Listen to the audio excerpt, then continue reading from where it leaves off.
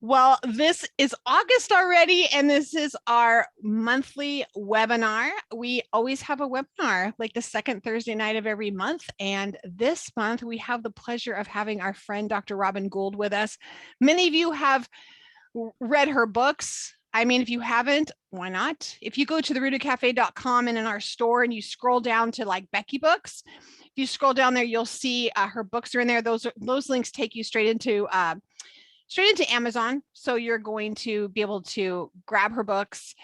They're short, they're amazing. They will make you laugh and at least think. You'll be thinking. And the good thing is that, you know, I feel like that every time I read one of Robin's books, I feel like I'm not alone. Like someone else is thinking like me and they're not talking.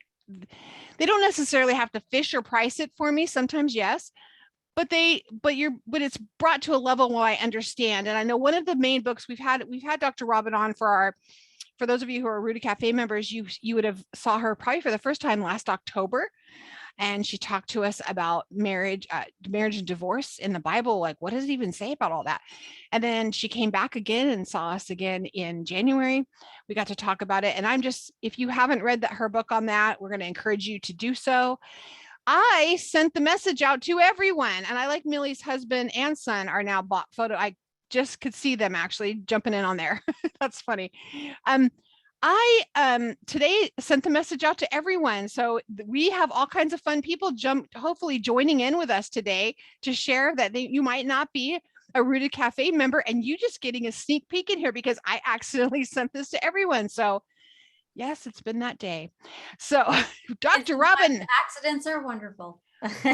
Right? Dr. Robin, welcome. Thank you for coming and hanging out with us. Thank you. I'm so happy to be here. I'm so happy to be here with all the lovely ladies. Yeah, we have quite a few of us all are on here and a lot of ladies that are going to be listening on the replays. We just want to say welcome, welcome, welcome. Some of you jumped in and hung out with me during my office hours today. It was a blessing to have you and to chat with you. Hi, Yel. We had fun today talking a little bit. Dr. Robin, what are you feeling like everyone's asking a lot about lately? Oh, wow. Goodness, I've been doing a lot. So I do my show every Wednesday and I go through the portion and just like illuminate a little point. And it's interesting because it doesn't even matter what's in the portion. There's something just always so relevant. I think a lot of things that people are dealing with right now is community. I would say that's probably a big deal where people are, tradition and community. I think those are probably the two main things I'm hearing about people missing and lacking in community because of, what's been going on our globe or on this planet. And and then definitely people wondering about like the oral law. That seems to be all the questions I've gotten the last 3 weeks. There's a lot about that. So I kind of touch on those teachings as well.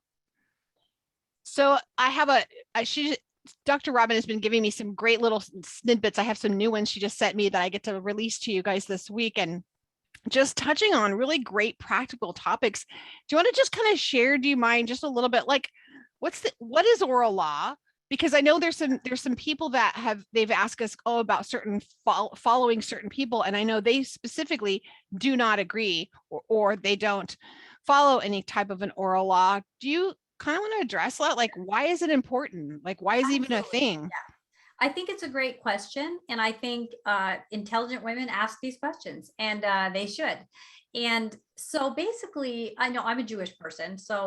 But I will say this, we are all in this together. That sentence is kind of been overused, but one of the things I think is interesting about the oral law, and a lot of people are like, well, what is the Mishnah? What is the oral law? Because a lot of people will feel like, well, if I jumped out of the traditions of men in Christianity, why would I jump back into the traditions of men with the Torah? Like, why would we go from one system of man-driven ideals to another one? And so I'll make the distinction here why this is a little bit different. And maybe we'll talk about the extent to which the law, what does it mean when we say the oral law? So the Mishnah and the oral law. So the Mishnah, the oral law is supposed to be fluid. Get it? The word oral, it means spoken.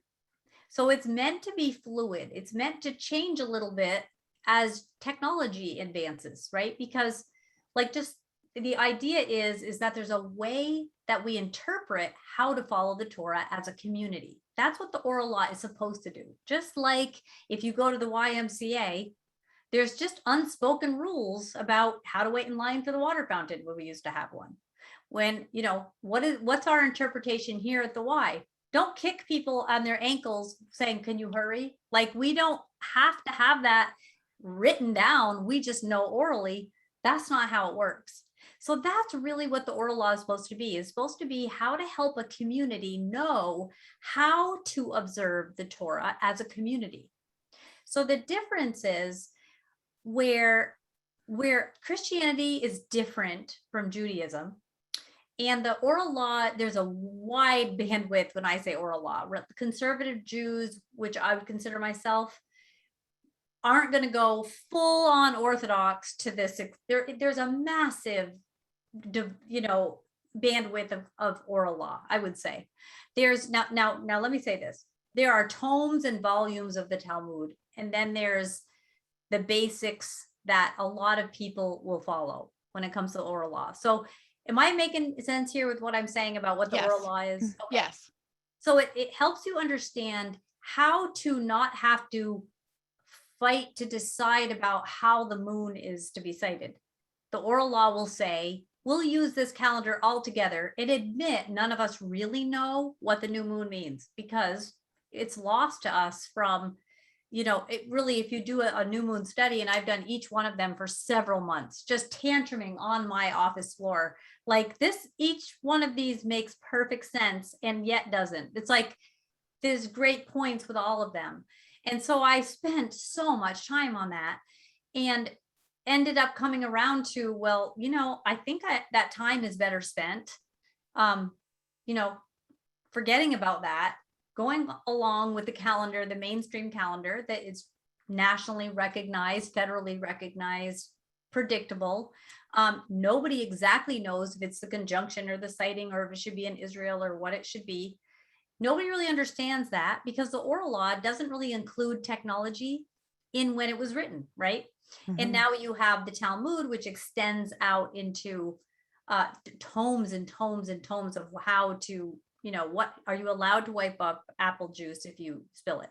Yes. Are you allowed to move an apple, or move your lawn chair if it leaves grooves in the lawn? No. So I'm not talking about that. Okay. Right. And so the whole idea with this oral law, with just the calendar is my example, and I hope I'm not stepping on anyone's toes because I really respect people doing their due diligence to try to really figure out what they believe. But what happens is when people are all following a different calendar, you actually miss the point of community, and it's almost like I've decided it's the conjunction because I've studied it out and I'm so smart that I know how to do that. That isn't what I think these ladies are saying, but it can come across that way to a lot of Jewish people. And we are to be united and to be one new man. So sometimes it can defeat the point of community. So that's just one little facet of the oral law. But the traditions and the oral law are really not things that you need to come into agreement with that they're right. You just do them for the sake of community. So that would mean, like, I'll give you an example. Okay, so I'll give you this is an example I've been using lately, and it's a little weird, and it's about my husband, but I have an urn, which I keep water in. I put water in every Friday, and it heats the water up and it stays on all through Shabbat. So I don't boil water, but I want hot coffee, right? So this is something a lot of Jewish people and a lot of Torah observant people use. It's just you buy them, $75, whatever, and you have this urn. They last for years. They're really, really helpful. And it has like a Shabbat mode, which is harder actually to pump out than the non-Shabbat mode. Of course, right? Because you want to give it a rest. Anyway. And so I have this urn, and my husband, who's Jewish, but he's like, now different people will believe different things. Some people believe you can't boil water on Shabbat. That would be a mainstream. Raise your hand if you think you're not going to boil water on Shabbat. I mean, a lot of people believe that. And it does say that specifically, boil what you're going to boil beforehand. bake what you're going to bake beforehand, have it ready, and then you can eat. And so some people have different ways that they will warm food, and some people are going to take that farther than others, right? And in your own home, you do what you do, right?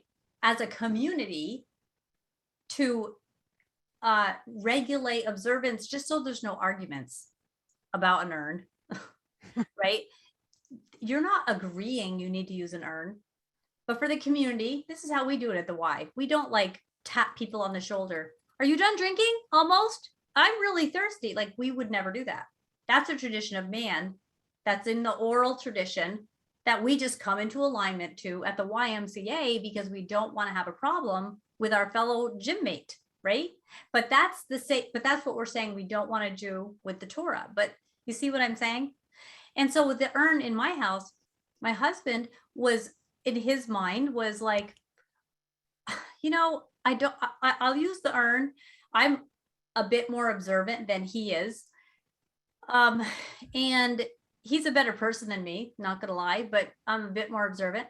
And he was like, the urn seems like maybe you're going too far. That was his opinion years ago. And we went through like a 4-month thing about the urn. Like, and he's like, I'm not upset about the urn, Robin. I'm upset about what the urn represents. You know what I mean? Like, what is it going to be next? So am I going to have to get a horse that I put in a barn? Because he was worried that I was going to just go way too far on him. And I was like, no, it's just that I don't want to boil water. And I just want the ease of, you pour the coffee on the French press, press it, and have your delicious coffee. So one morning, Shabbat, I always use it. He pours his coffee and he loves it. He's so happy. He says, I love that urn. I want to use it every day. And I'm like, but then it's not special. Now you're taking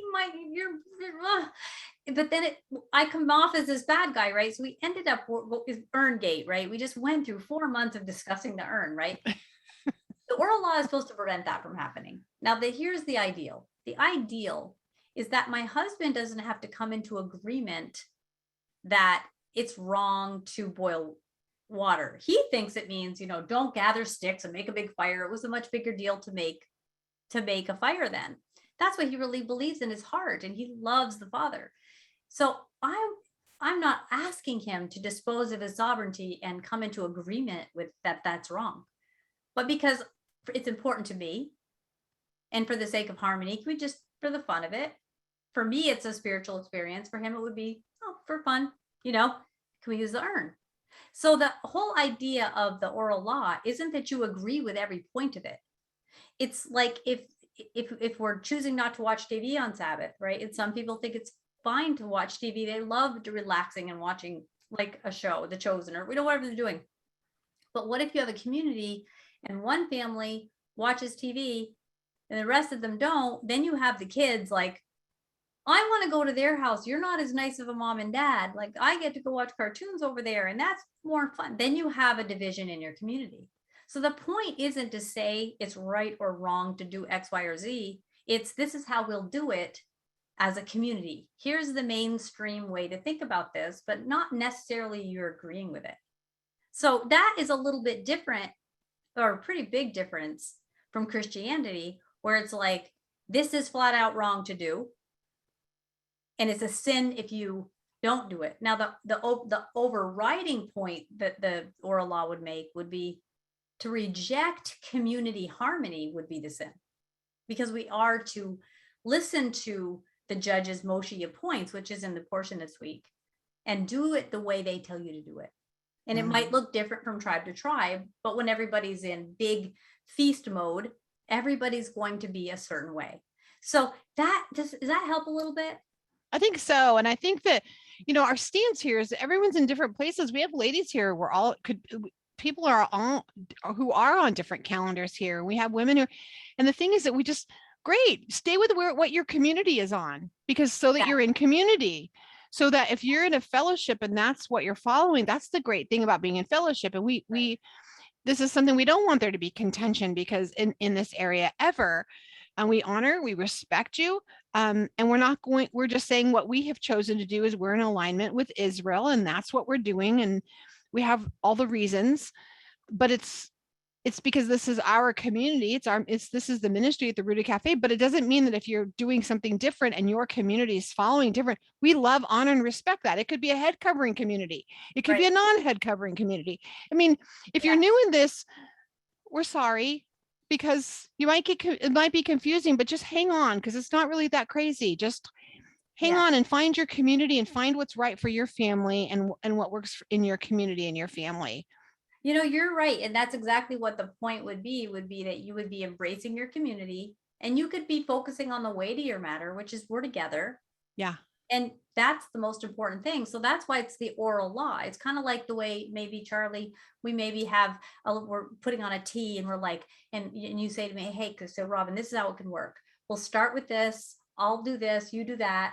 And then after we'll play dominoes. Okay, there's our oral law right there. This is how we'll do it. It's not going to be like, hey, Charlie, can we play dominoes first? You're like, well, the tea's hot and I just poured it. But dominoes is better before tea, don't you think? No, we had an oral law beforehand of how this was going to go. Didn't necessarily mean it would be wrong to play dominoes first. It just was, this is how we'll do it. And so like you're saying, the point is the community. It's harmony for the community. So whatever the judge is in that community, you just do that.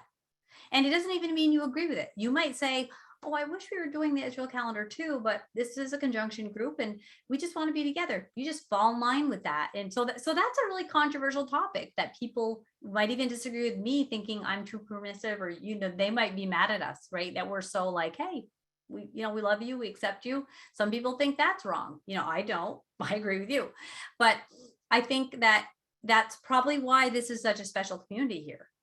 Because people are inclusive and accepting and respectful of the point. It's like our oral law, right? Our oral law is you're going to be inclusive and respectful, and there won't be we're not going to have contention on these matters. That's our oral law, right? Yes, exactly. It's not control. It's saying we get to live in harmony. The point is, we want you to fall in love with the God of Torah. Yes. We want you to fall in love with him. That's the oral law here. And you would be, I would say, the appointed judge because you're running this system and you're like, hey, no one comes in divisively arguing. That's my law. And I am enforcing it. And if someone comes in and they're maybe insulting one of your ladies here, you're going to speak to that person and say, here we accept if somebody has a conviction to just wear skirts or to wear pants or whatever. We don't make that, a topic of divisiveness. We don't mind talking about it for the fun of it and to hear another person's perspective and learn. Right. Grow. And but that's sort of the way that oral law gets really misunderstood. But a lot of people are only seeing this ultra strict. I don't know if you've ever done, and I'm not putting this down per se, but I've done an Orthodox Shabbat, really, really, really, really Orthodox. I've never worked so hard in my life, like trying to get that perfect. Trying to rest. You're working so hard to try to rest. The hardest earned rest I ever struggled to ever have. But yeah, so that's exactly, so that was a great point. So I think that's just something that comes up a lot and people don't understand that the oral law is a fluid law. It follows you in your community. And it is for the point of lack of divisiveness. It isn't to remove our opinions or to make us generic. It's just to put the focus on the community and harmony.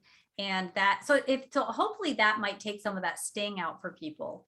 Mm-hmm. And they can understand that they are good, I think that's great. And I feel like I want to ask you a question. This is just off the cuff and you're great at this. When you started following Torah, how did you explain? I mean, your family is historically is biologically Jewish, but I'm sure that you had Christian friends. You came out of a Christian background, correct? Did you go from one to the other, or did you come straight from Judaism into? No, actually, I was raised in an agnostic home. My husband was raised in a partly observant Jewish home, and I actually myself personally went into Christianity when I was like 19 and then converted fully to Judaism when I was like a few younger. I don't remember the age, but it was the seventh night of Hanukkah. I remember that. And so we were, but we loved Yeshua, right? So we're like in the church, in the regular church, and just we always, it was always a little bit of a mixture. We were almost like this interfaith couple, but we were both like loving Israel. Um, and so we were a little bit mutts in our own world. And so so of course, me being the one that converted to Judaism, I found Torah before he did, per se, right? I mean, he already knew Torah. He grew up in Hebrew school or whatever, but I didn't. I grew up with nothing except I went to a Catholic school that was right next to our house, but my parents didn't go to really Catholic church. They had to go like Easter and Christmas to have me go to the school because it was like the rules. Got it. Yeah. But no, you know, it was about 16 to 20 years ago, depending on how we count, when I started doing it. But it was just kind of sitting in my computer and just learning and saying, well, wait a minute, that doesn't make sense. And this does, like, I actually, one of my big moments, I was in a Baptist church, a Free Will Baptist church, and I'm in Sunday school, and they passed around the calendar to sign up for snacks. And I was like, the calendar said first day, second day, third day, fourth day, fifth day, sixth day, seventh day. And I looked, and it was like, I was signing up for the first day of the week to do snack. And I was like, well, wait a minute, that says first day, but that says seventh day, but we're here. Well, isn't it supposed to be here? And the person's like, I don't know. And I went, all right. And I was like, grapes and crackers. And I passed it along, and I just went through. But then I went home, and that kind of percolated. And I just kept saying, why does it say the seventh? And so it was very innocent for me, having had, I mean, my kids were really little, and I didn't really know anybody. This is back when you had to go to the actual library to get a book. You know what I mean? This is way back before this lovely thing. I'm so Dewey Decimal System. I know, it was really like, there wasn't much on it. But that's kind of how I did it. And then just little by little, my husband and I just kept reading, or I kept reading and then forcing him to listen to me.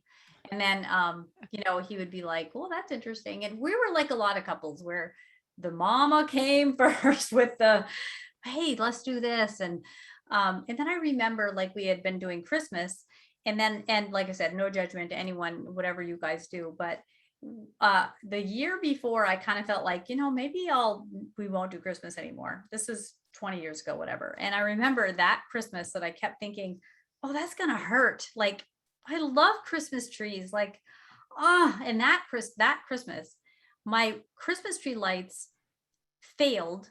And when I mean failed, I mean they just stopped working. Like, so I'd get my tree like 5 weeks before Christmas. I was Clark Griswold person, right?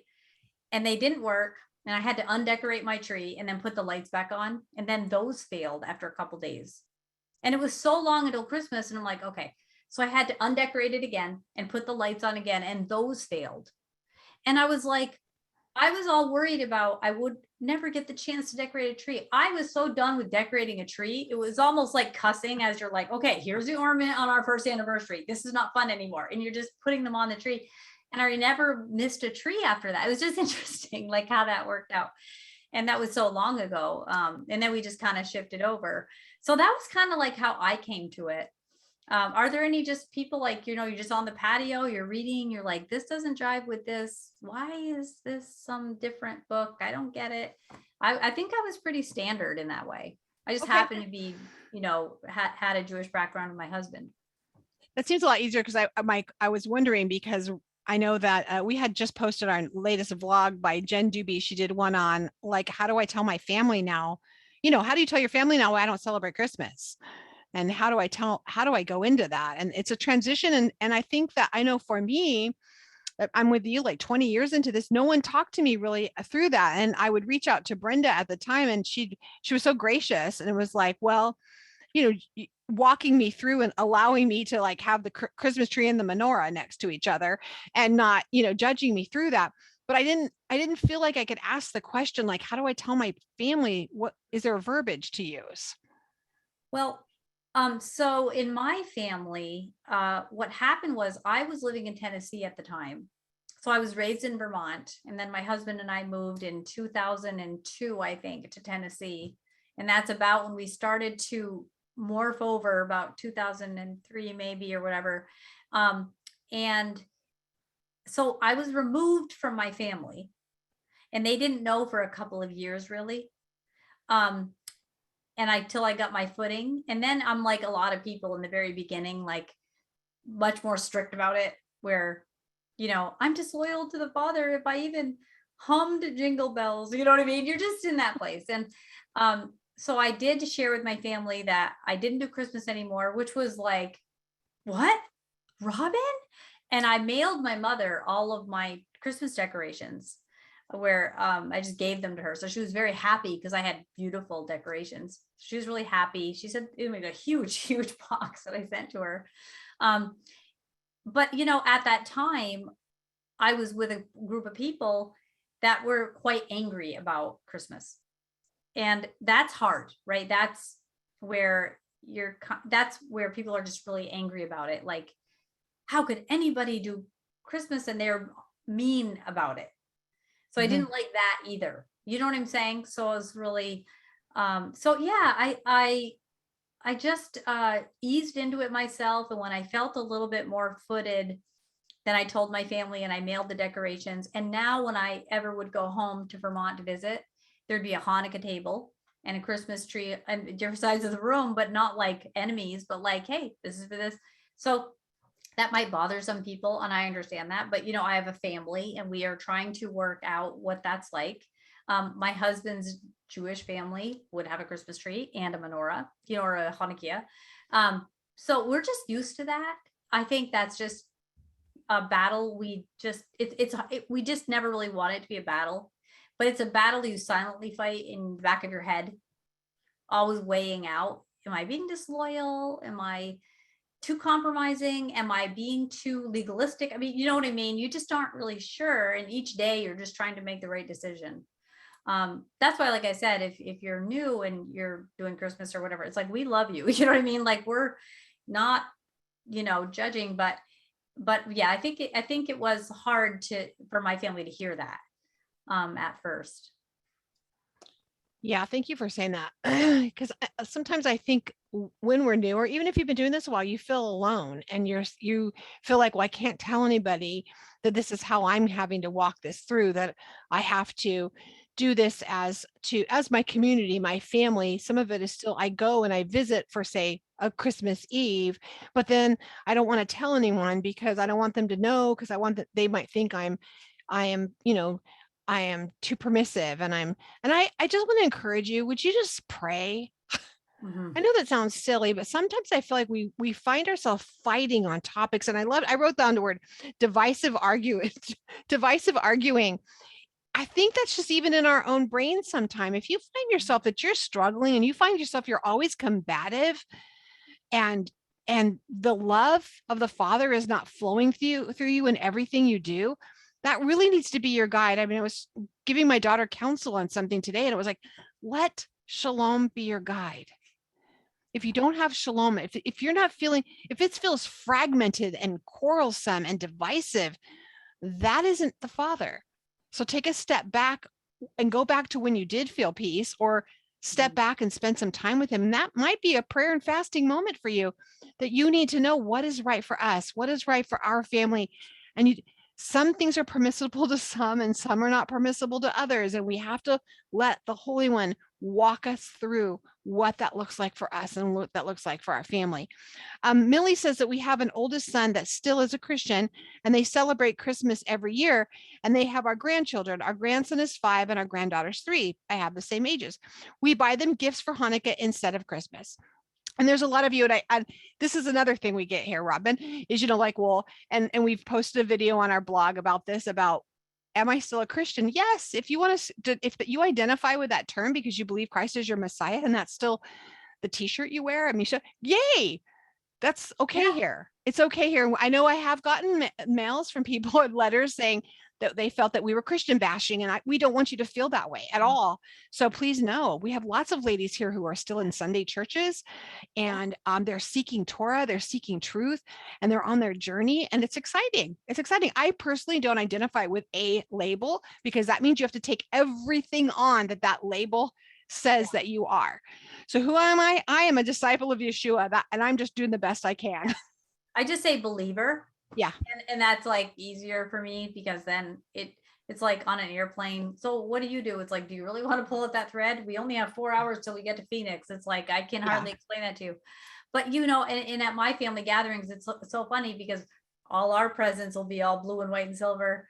And then there's the red and green side. And it's kind of like almost funny now. But yeah, I agree with you with the title, with the label, and some people, like I say, they like to just lift out of the whole thing to be more, just not having to discuss that. And sometimes, I agree with you, with praying. And like I said, there's the oral law of fluidity of how do we bring shalom to our setting. We maintain our own personal sovereignty over what we're responsible for in our heart, but that's none of our business what someone else does. And if I want a fellowship and they happen to be doing that, and I'm there loving on people, I'm not going to worry about that. But in the very beginning, I always tell people, I do a podcast every year about Hanukkah. And I tell people, if you're just coming out of Christmas, let's say you stopped it, don't talk about it to anyone until you're no longer angry. If people are going through an angry phase where they're like, why didn't anyone tell me that this might have had pagan roots or whatever? I'm like, until you're done being angry, you're really not going to be helpful. And so just take a step back, relax.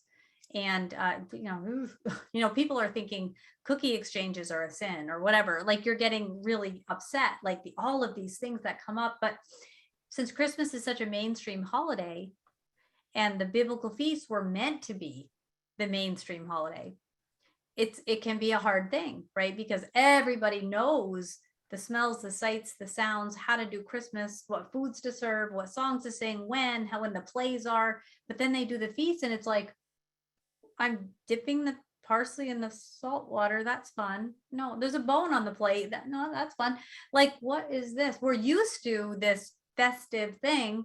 And then we don't really, in the beginning, people don't really know how to do all that. Like the feast just seems so foreign, and they can be like, they can feel so detached from all the things that resonated with them as sentimental, and they can go through melancholy and nostalgia. And that's like, that people need, help with that.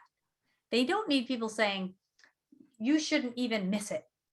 I think that people need to be a little hand holding, and it's a process. It's like you have with Christmas withdrawals. And I mean, I'm glad this came out because there's a lot of things you may be having withdrawals because you have really great fun. Some of you have horrible memories, but some of you, it's the only time your family got along. Maybe you have some of your best memories, and you have to trust the path of the Father and let him give you beautiful, loving words for your family to share with them. And guess what you can do instead? What if you start inviting them to biblical feasts and things in your home? Start showing them the other way. And you would be shocked because every time I haven't had one person yet. So tell me, write me, that they started to share their festivals with their families who were not believers. And all of a sudden now they're showing up to a Torah Bible study, a Torah study in their home. And they want to know more, because I know for me, my first Passover was the most beautiful thing I'd ever experienced. It was so anointed and beautiful, and it was better than any Easter I ever celebrated.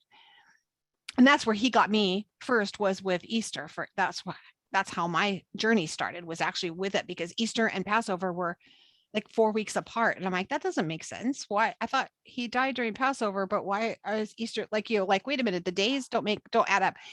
And then it's fun to watch them in the process where they just get to see the beauty, and you start introducing the festivals to them. So those become bigger. If you are so focused and so bring the beauty of the festivals and bring that all beauty into them, then what happens is the other stuff becomes smaller. Feed the right dog. No, exactly. And you're making such an important point, because what you're doing is the theory of adding rather than depriving. So if you want to diet and lose weight, it's like, I would say to people, add this many cups of vegetables, this many cups of fruit, this many cups of lean protein, this many cups of good healthy fats, and make sure you get that all in, and then eat the other stuff if you want. Well, they're so full by the time they've had all the good food that they're actually supposed to have to get their nutrients, they're dieting and they don't even know it. And so that was what I did. I actually did that with my family. And what's interesting is, when you celebrate like Sukkot, you go into the Bible and you're all around, you're having fun, everybody's having a great time decorating the sukkah and all this. And then you read the commandment to do it, and you read it word for word. Now at Christmas time, they might say, okay, we're going to open our Bibles, we're going to read about the star, but there's no commandment that says do it. So it's not like anyone even needs to say a word. They'll just realize it's a little bit hollow there because there's really no commandment, and it wasn't commanded. It isn't a shadow of the future like these feasts are. And so that's interesting, right? So I invite my family always to Pesach, to, all the feasts all the time. All my friends, I'll invite them, and they just come in and they'd be like, "Oh, it's apples and honey." They don't know, and they just have a great time. And it has led to a lot of people saying, it does give me pause, but it's because you're adding to their world. You're not depriving and telling them all their best memories are horrible acts of treason in their religion. That's really good. And I mean, think about it. I know having people to your home again, and you brought this up in the beginning, that one of the things you were talking about, oral Torah, and then the second thing you said was community. And I think, and it's what I'm hearing coming down. I feel like it's being dispensation is coming to everyone. They're hearing it's time to bring people closer to the table, bringing people in, bringing community in, being around people. And part of that is your Shabbats, inviting those people to sit at the table with you and watch what you go through as your husband's blessing you, or as you're blessing, if you're a single person, but you're blessing children, or you're saying, let's bless our nieces and nephews, and you give everybody a little, a little printed thing, and they get to do it with you. There's a interesting resurgence happening right now, which, tell me if you've noticed this, Robin. There's a Jewish curiosity. There's some interesting reality TV shows that are coming up, and instead of it being all about the Amish, now it's starting to be about Jewish people. Absolutely. So it's really interesting in the secular world.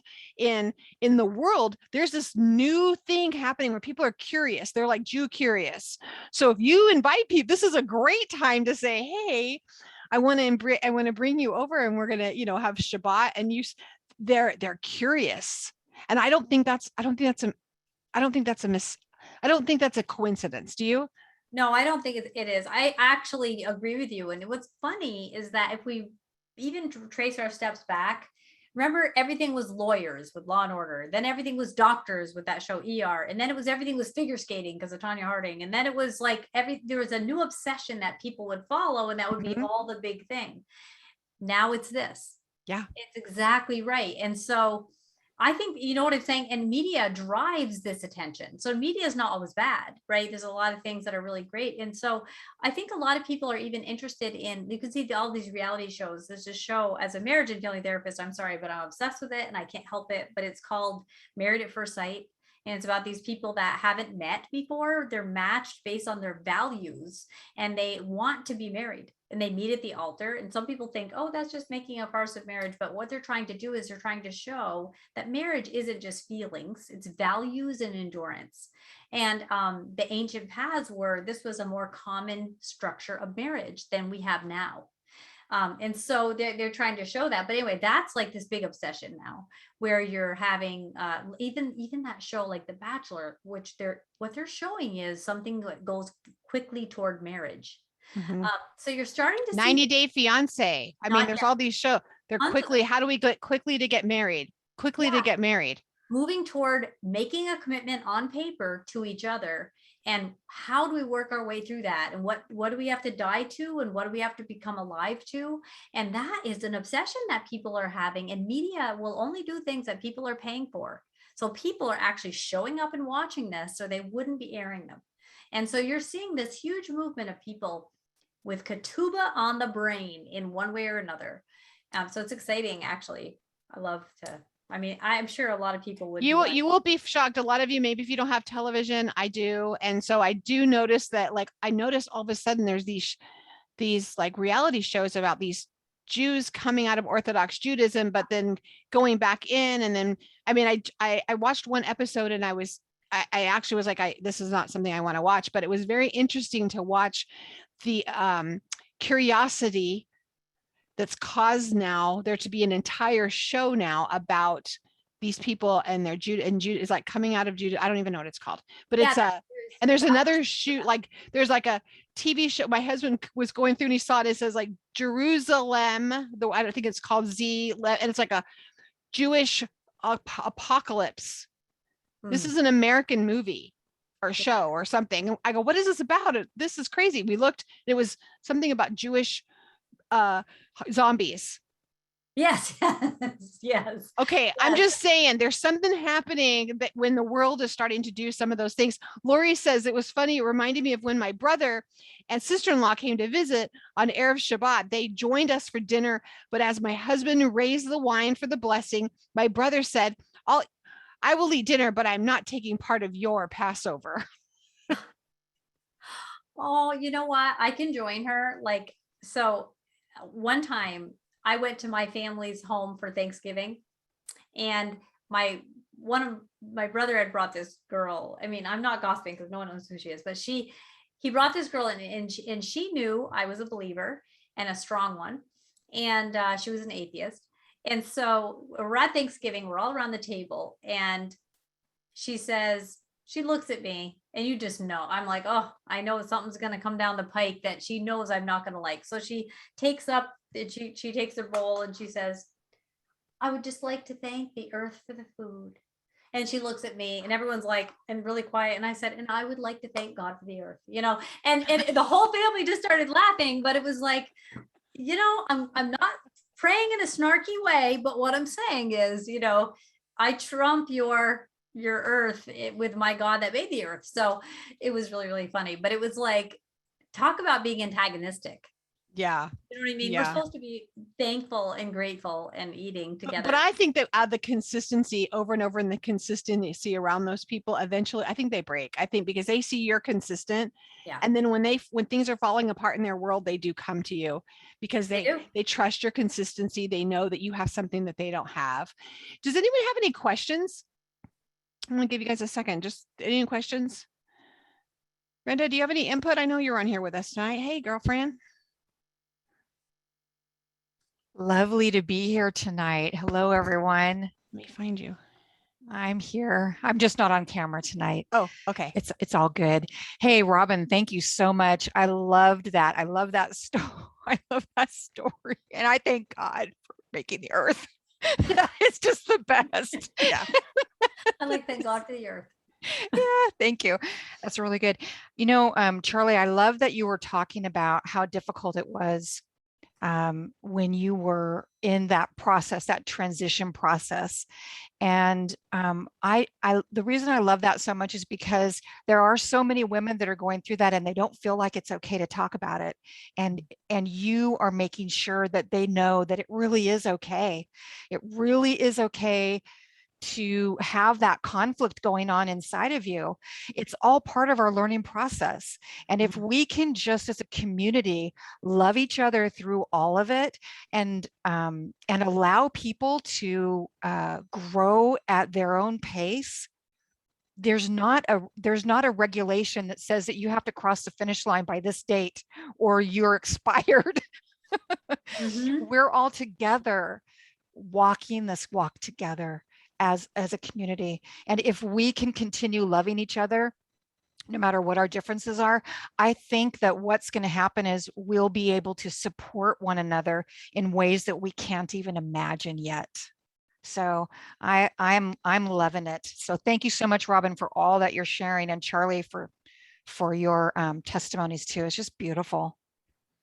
I just want you to feel brave. It's okay. I used to, tell years and years ago, tell my women's board, you guys need to live out loud, stop holding all the secrets in, because all these young girls need to know you struggled instead of knowing that you just show up with perfect lips and perfect, aqua net haired, and you look so perfect, and you show up and they can and then they go home and they're struggling and there must be something wrong with me. Yes. Or you show up, and that's why we say we're showing up and we're teaching the word, and we're teaching, we learned this and this is what happened. That's the reason we're trying to show you how we got to there, because there's sometimes I read, I'm like, I have no idea.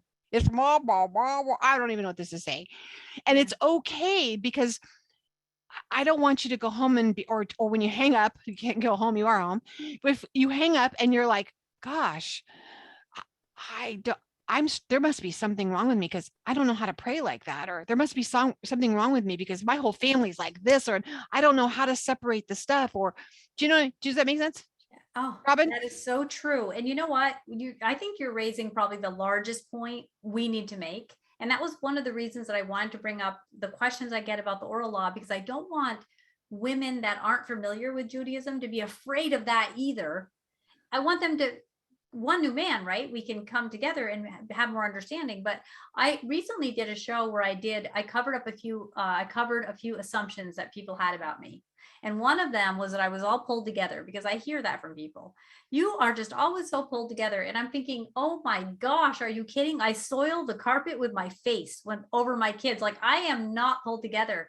And it's funny because they'll say, oh, you're just being humble. No, look at my carpet. It's bad. Like, I really do not have it all together.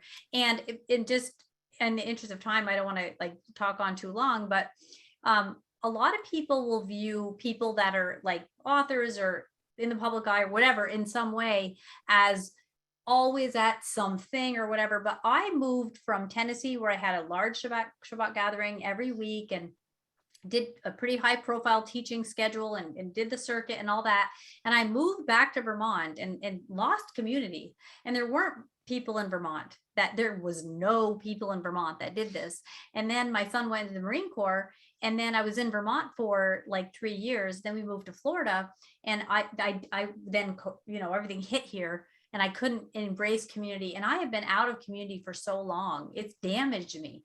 And so I'm trying to say anybody can be damaged without like this idea that the Becky book author would be damaged without community. We are all damaged without community. That's a fact, right? So when people, so never leave feeling defeated of like, oh, but she wrote all those books and she's taught the circuit or whatever. It's like, no, we are all square one.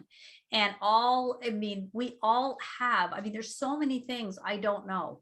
There are so many things I've learned and forgotten. And there's so many things that I just knew like the back of my hand.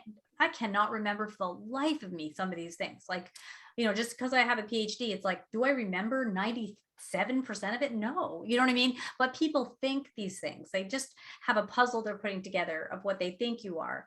But really, to live a life is so different than to like hear about how someone lives their life, or to watch or the kid. Like I say, I was trying to say that I'm no longer curating an image. I think that I was slightly in that groove for a while. Like, I would never admit I watched the show or whatever, because maybe people wouldn't like me. And then at some point you have to be authentically yourself and say, I'm obsessed with that show. I think it's fascinating. I think it goes back to ancient past. Yes, there's some stuff in there that might offend people, but I watch it. Like, this is what I do. So not so pulled together, not perfect, think that's fine. Definitely get that people might disagree with that.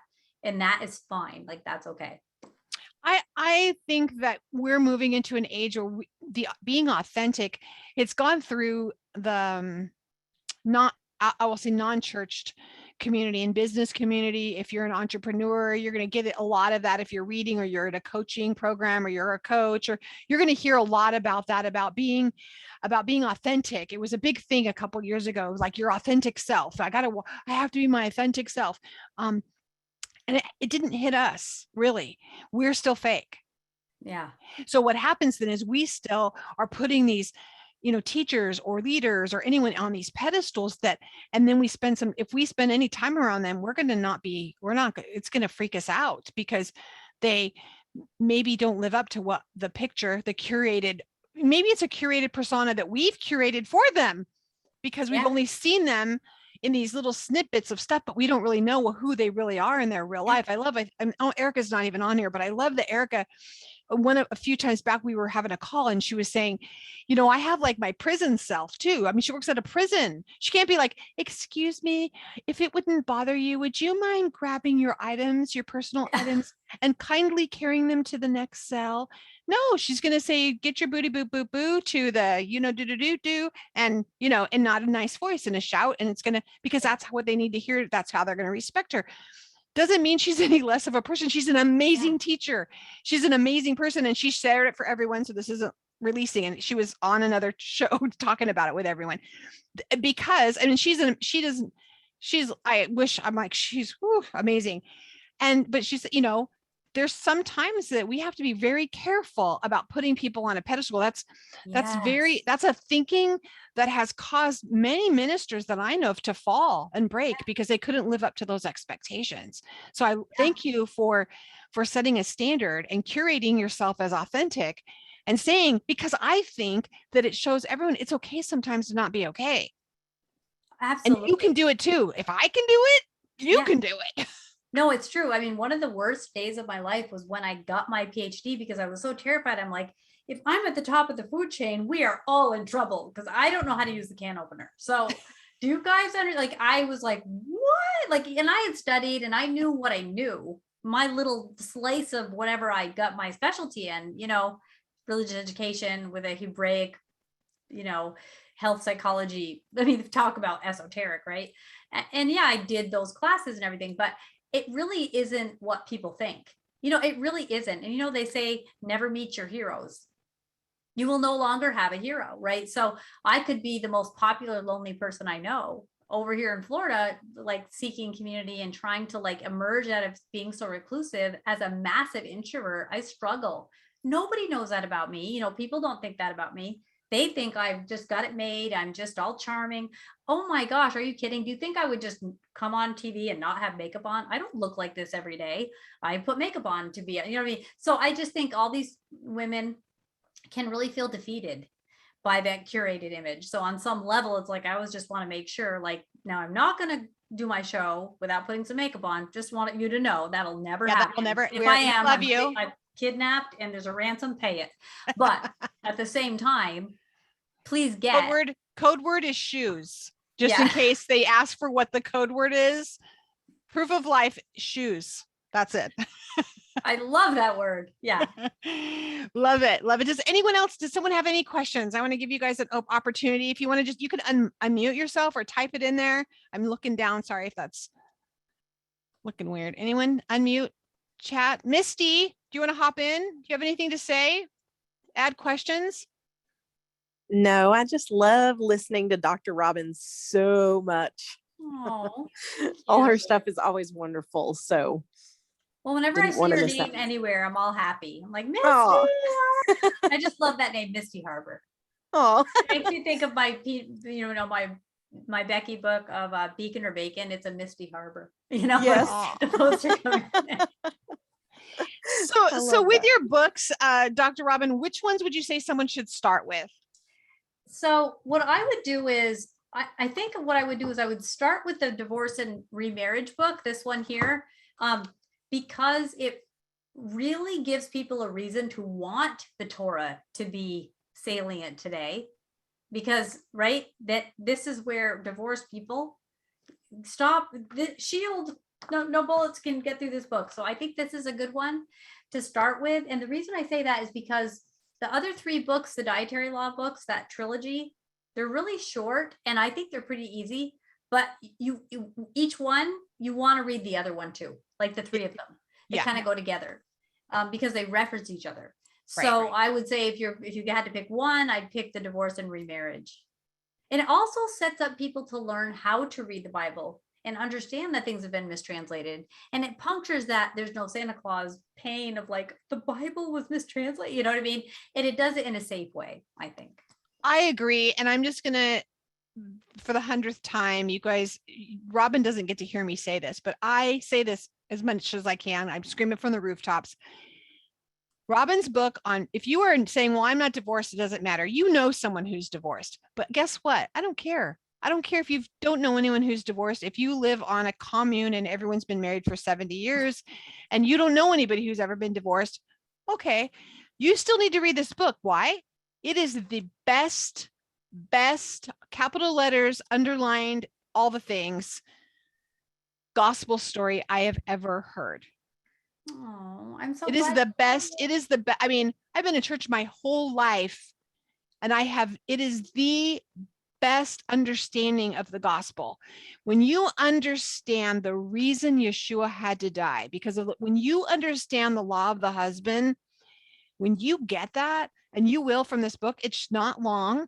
It's written at great reading level. You will learn some new words, but it won't challenge you to the place where you throw it across the room. Mhm. There's a glossary. I mean, the Becky books are written for beginners. You're going to want to buy one for everyone you know. You're going to want to buy them for everyone because it is, and they're $5 or something. They're so not even expensive. I feel like I wish you could buy a case, like buy a case, give them, this book is the best understanding of the gospel. Why? Because you understand why when God had to divorce his people, he had to remarry. The only way he could remarry them, the husband had to die. There had to be a death. And when you understand that, you know, that's the gospel. And when you read this, it will light your fire. I mean, it will So change your yeah, life. you're right. It's like divorce is the vehicle for the actual message of this grand gesture of our groom pursuing us. And it is about us, right? And since God was divorced, we do know people divorced, and so yeah. I mean, like, oh, did she say that? Yes. God divorced his people. He said Yeah, it. he did, and it says Look it there, up. yeah, it's in there many, many times. And so and to understand the true romance of the father, of the bridegroom, it's a huge thing, and it's an attachment book. It helps you understand that the father created a situation he could never fail at, even though it was impossible. Yeah. And that's love, my friend, right? Yeah. It was so good. Sarita, I know you're unmuted. Go for it, sister. Hey, okay, so I have a question because you brought up the whole the divorce and remarriage thing, so I'm like, okay, that's my cue. um, well, I was divorced, but then I did remarry my husband, and then he passed away. It's been a year now, and so you were talking about that, those shows about the marriage shows and stuff, and so like being open to be remarried again. Um, as far as like, I guess in the Hebraic sense of I'm a widow, I have 2 young children. What does that look like as far as like a man and a woman, as far, because where it's like you don't live with your parents anymore, and there's not the whole like, arranged marriage, I guess, kind of thing. So is there like a proper way of like kind of letting your feelings be known without like it being like, oh, now you're ruining the friendship, or you're being a fast woman, or you know what I mean? That I kind of know, thing. dating in the century of confusion. That's what you're facing. Yes, You because I sound was with my lovely. husband So for I think, 17. I was yeah. with him for 17 years. So I'm like, I'm single and I haven't been single since I was like 20. Wow. Yeah. So you're facing that challenge, and you know what? Just be yourself. Personally, as a marriage therapist, so I encounter, I hear people's stories of how they met, and many, many times a woman will say, well, it started with her letting me know her feelings. So I don't think there's anything wrong with that at all. I think that's just fine to do. I think that's, whatever story your story is, it is your story. So I admire you in the place you're at, because it's a tough spot. And at the same time, greater the victory, tougher the spot, right? So, in Egypt is the narrow place, Mitzrayim, right? And it talks about in Elul, we leave our own personal Egypt. So whatever that obstruction is that's making you feel like you can't move forward in a romantic life, in a marriage, whatever, leave that behind, cross that sea, and find that. But I don't think there's really rules. I don't know. What do you think, Charlie? I don't think there's really rules about that. Personally. Pray, sister. Let shalom Yeah, be your there's guide. the rule. Yes. I mean, shalom, peace has to be your guide. And if you're getting flags and you don't have peace about it, there's a difference when you can do something, but you're just kind of hesitant because you're shy or because you haven't dated in a long time. There's a difference when in your gut you want to throw up because this is not right. Yeah. It's probably because he's not right. And Yeah, if you've been praying for someone Mhm. and it's hard to be lonely. Yeah. It's really hard to be lonely. So praying that he is the right one, and that, you know what? Okay, here's the prayer I pray. Oh, Brenda's gone already, but I was going to say she had to go take care of some business. I'm going to say, guys, I pray this prayer, and unfortunately, without fail, I pray this prayer. Father, if there's anything in darkness, would you please bring it to light? Good God Almighty, every single time It's like a Elul month happens and it's not even Elul. I made the mistake of praying that again 2 weeks ago. And I was saying something and I said, Brenda, I prayed the prayer. She goes, oh God, we were not ready. We're not ready. And my daughter's like, Mom, did you pray the prayer? I'm like, yeah. She's like, oh my God, you're not going to believe what's happening. Not kidding.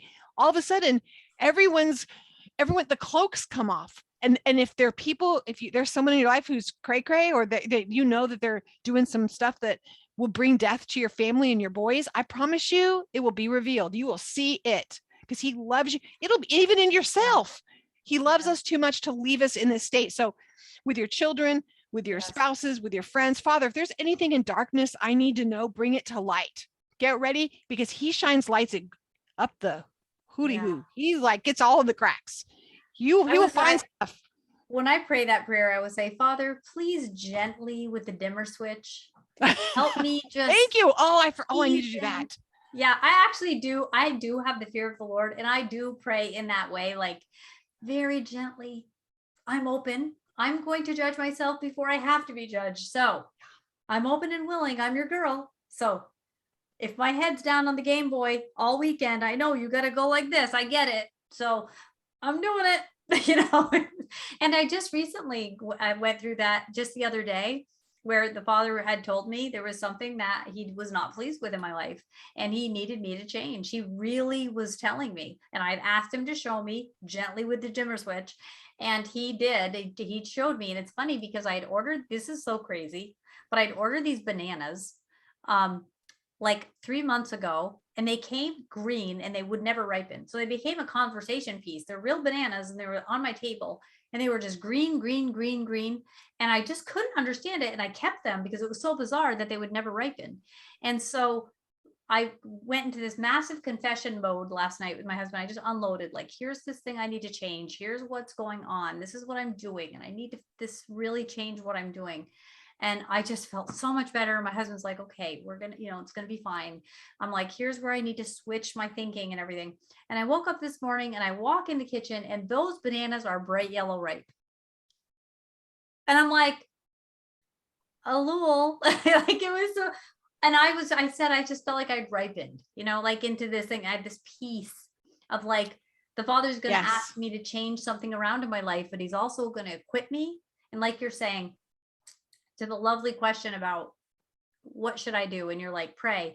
And that's exactly right, because he will never, he'll always equip you.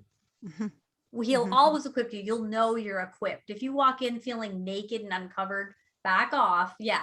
But I don't think there's a rule about it's wrong to X, Y, and Z. It's just going to be personal to you. It's super personal. Sarita, you know how like when you had to make the decision with your stepson, you didn't want to do that. Mm-mm. But you had peace about it. Yeah. So it might be with a person, either you may not feel like you're ready and you're nervous, but you have peace about it. Or the opposite, he's saying, not this person, and you have to break up. You don't want to do that, but you have peace about it. It's the same peace, like when you had to do the hard, sometimes we have to do hard stuff on both sides, right? The good and the bad. Yeah. You'll have peace. And if you do not have peace, stand until you do. Well, for me, it's like, it's wait. And I'm like, okay, but am I waiting because this is the one, or am I waiting because you have someone else? And so it's kind of like, but he's not said, stop being friends. And so I'm like, okay. And then it's like, so do I, it's like little things like, hey, I noticed you weren't on last week. Where, not like, where were you, like, mommy, but like, oh, I missed seeing you last week. And it's like, okay, if I say that though, is that, like, is that the tripwire? And it's like, is it okay to say that? Probably. But then, it's like, oh, we'll just wait on the Lord. He'll let him lead. And it's like, okay, but where's that balance of your friends and there's not even like anything, but you like them, but you don't know how they feel. But, and that's where I'm at. I'm like, I don't like this. Well, you're asking how to frame the thinking in general. And so we're saying there's no hard fast rules, but in your own your own personal. And I think, and you know what's interesting and what's really hard for single people is that our whole faith is based on marriage. It's everything is marriage related, and all the best stories are people hooking up marriage, And so it can be hard for single people to figure that out. And that is an area to cover for people. That's really, really hard for people. Shabbat for one, please. When you're getting all of this picture, everything is so family oriented, so couple oriented. And then we go through that. And that's really, really difficult. So there are groups of ladies that do single Shabbats together, and they have their little group, and they talk about the dinner they make, and people work this out. But I think that does need to be an area of more focus. There needs to be more like, I agree. You know what? Hey, ladies, invite your single friends over for Shabbat. For the love of God, invite your single friends to your Shabbat table so that they have friends to Shabbat with. There you or go. even go to their house too. Go to their house and bring Shabbat. You know, Yes. do that. Ina Gould says, now here we go.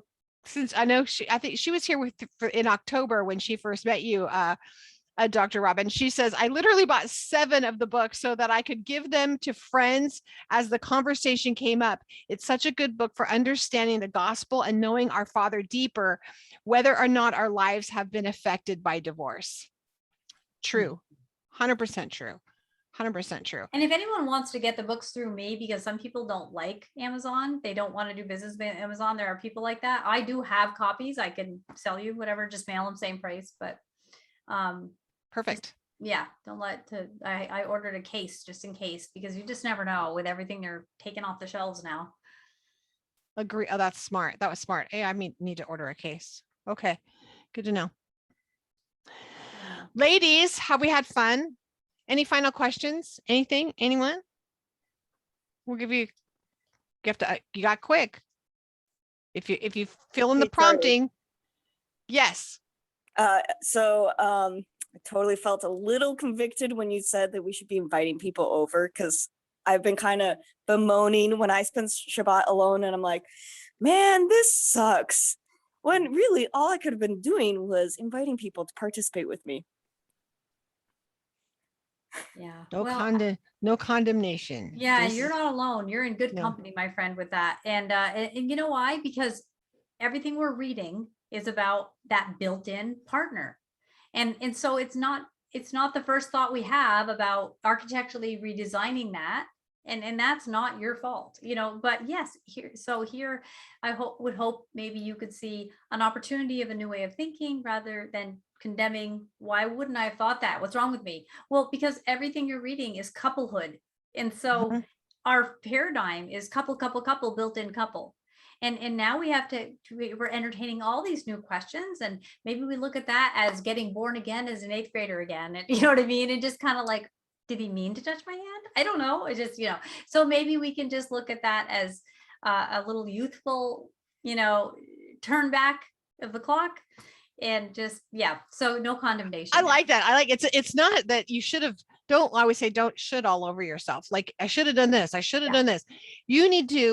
You get to say now, oh, I have a new way of thinking now. Oh, this is possible. Because sometimes we don't see the forest for the trees, because you're so caught up in I get caught up in my own emotions, and someone recommends something. I'm like, that seems simple.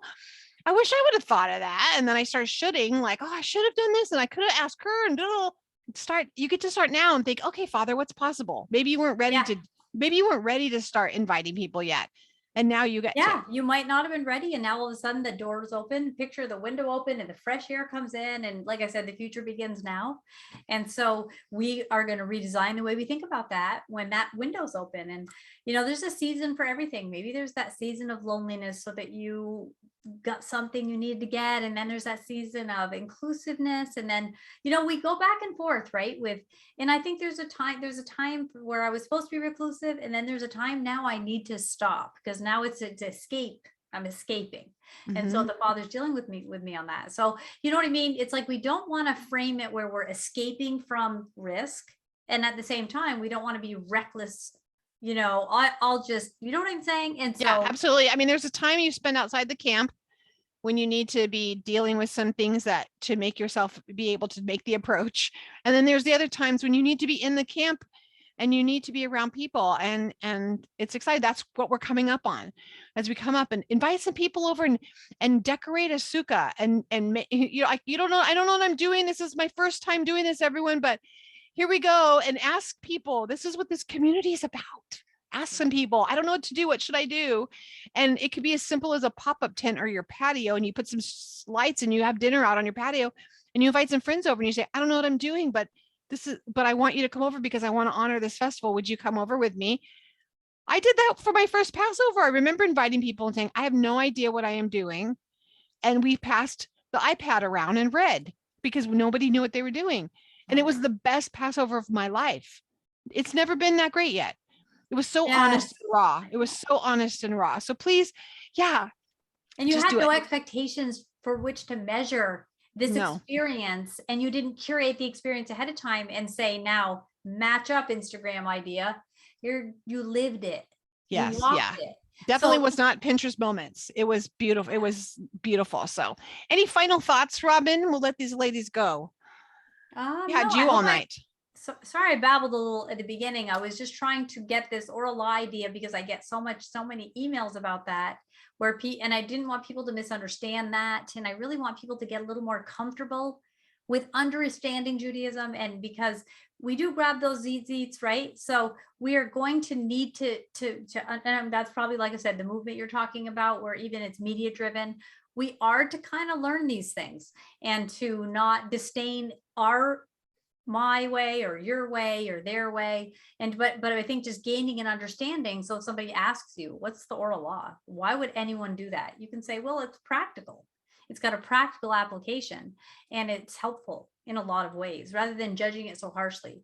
So we don't Yes. go from, I'm angry that I didn't learn this in the church, which we don't want to bash. We don't want to be in anger. We want to be in clarity. And so that was kind of my point there. So I like that. We don't want to be in anger. We want to be in clarity. And we need to be driven by love.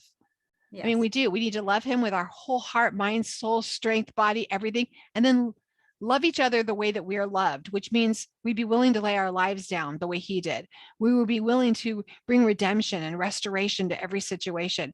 We speak life and love into every situation because that's who he's called us to be. And if we're walking in that contention, or I love that divisive arguing, even if it's in your own mind, there's this divisive arguing happening, take a step back and ask, Father, I was that person. So I can tell you I've been there, and you can be raw and say, I'm there right now. I feel like everything's an argument in my head with people, the people I'm around. I had to take a step back and remove myself from people for a little while instead of being with people. The opposite was because I needed to bring some shalom in my home, in my head, because I wanted to walk this out with a heart of redemption and restoration and focus on what was important and trust him. And I cry out all the time, if it's not you, God, I don't want it.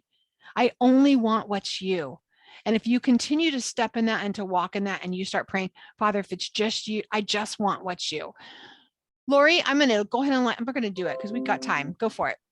Oh, I just wanted to thank you, Dr. Robin Gould. I mean, I loved your book. Actually, I didn't get to finish it before I gave it away. So I'm going to go out and order more than one copy so I can have copies to give away. I really love that. And also your explanation at the beginning, I totally agree. You know, it's not about having to agree with everybody that you're walking in community with. And yeah, it's really important to be able to understand and have discussions and love one another when they're in a, you know, they have a different conviction than you, or, you know, but they are our sisters, brothers, and we're to love them there. Yeah, Good, I agree, thank yeah. you. And nobody knows everything, believe me. And that's great because what pedestal would that person be on if they did? There has to be, I'm firmly convinced that everybody's not teachable on one thing or a couple things. There's some things we're just not teachable on because no one is supposed to be the ask it, basket, end all answer to everything. And yeah, and I think it's very grown up of us to say, hey, that's what you do. And this is what I believe.